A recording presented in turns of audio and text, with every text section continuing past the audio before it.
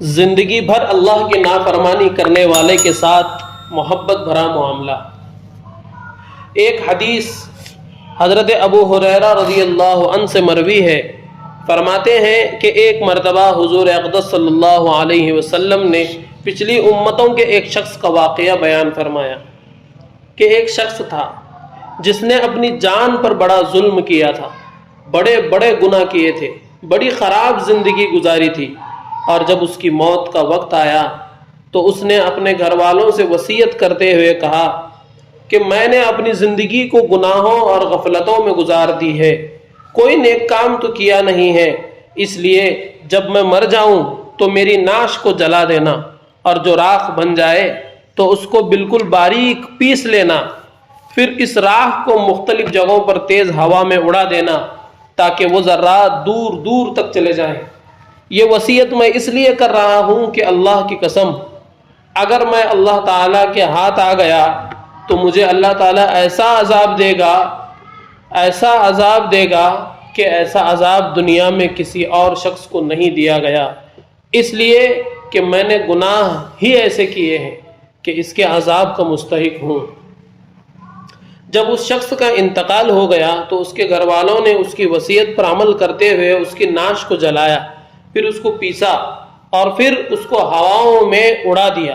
جس کے نتیجے میں اس کے ذرات دور دور تک بکھر گئے۔ یہ تو اس کی حماقت کی بات تھی کہ شاید اللہ تعالیٰ میرے ذرات کو جمع کرنے پر قادر نہیں ہوں گے، چنانچہ اللہ تعالیٰ نے ہوا کو حکم دیا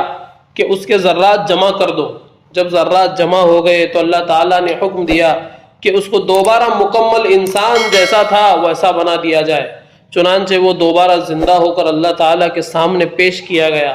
اللہ تعالیٰ نے اس سے سوال کیا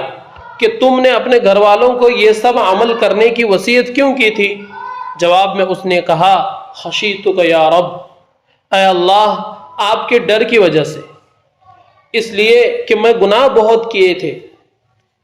اور ان گناہوں کے نتیجے میں مجھے یقین ہو گیا تھا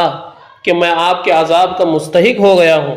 اور آپ کا عذاب بڑا سخت ہے، تو میں نے اس عذاب کے ڈر سے یہ وصیت کر دی تھی۔ اللہ تعالیٰ فرمائیں گے کہ میرے ڈر کی وجہ سے تم نے یہ عمل کیا تھا، تو جاؤ میں نے تمہیں معاف کر دیا۔ یہ واقعہ خود حضور اقدس صلی اللہ تعالی علیہ وآلہ وسلم نے بیان فرمایا، جو صحیح مسلم میں صحیح سند کے ساتھ موجود ہے۔ اب ذرا سوچئے کہ اس شخص کی یہ وصیت کتنی احمقانہ تھی،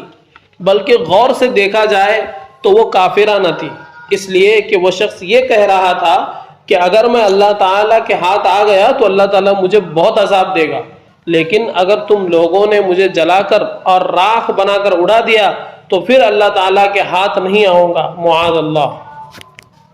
اس واقعے کو بیان کرنے سے حضور اقدس صلی اللہ علیہ وسلم کا مقصد یہ تھا کہ اللہ تعالیٰ کی رحمت در حقیقت بندے سے صرف ایک چیز کا مطالبہ کرتی ہے، وہ یہ کہ بندہ ایک مرتبہ اپنے کیے پر سچے دل سے شرمسار نادم ہو جائے، اور نادم ہو کر اس وقت جو کچھ کر سکتا ہے وہ کر گزرے، تو پھر اللہ تعالیٰ اس کی توبہ قبول کر کے اس کو معاف فرما دیتے ہیں۔ اللہ تعالیٰ ہم سب کو صحیح معنی میں اپنے گناہوں پر نادم ہونے اور توبہ کرنے کی توفیق عطا فرمائے، اور اپنی رحمت سے ہم سب کی مغفرت فرمائے، آمین۔